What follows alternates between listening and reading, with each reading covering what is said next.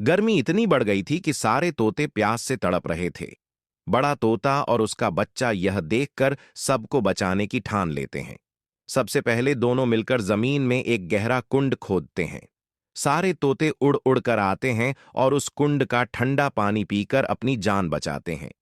फिर बड़ा तोता दूर पहाड़ों से बर्फ लाने निकल जाता है और छोटा तोता जंगल से लकड़ियां और पत्ते इकट्ठे करता रहता है। जब बड़ा तोता लौटता है तो दोनों मिलकर उस बर्फ से ठंडी छायादार झोपड़ियां बनाते हैं।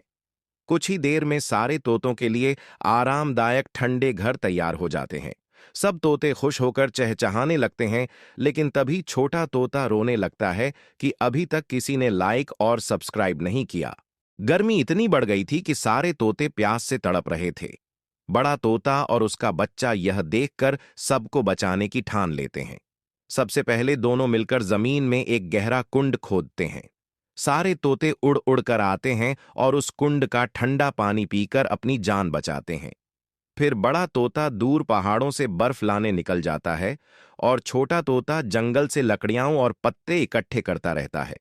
जब बड़ा तोता लौटता है तो दोनों मिलकर उस बर्फ से ठंडी छायादार झोपड़ियां बनाते हैं। कुछ ही देर में सारे तोतों के लिए आरामदायक ठंडे घर तैयार हो जाते हैं।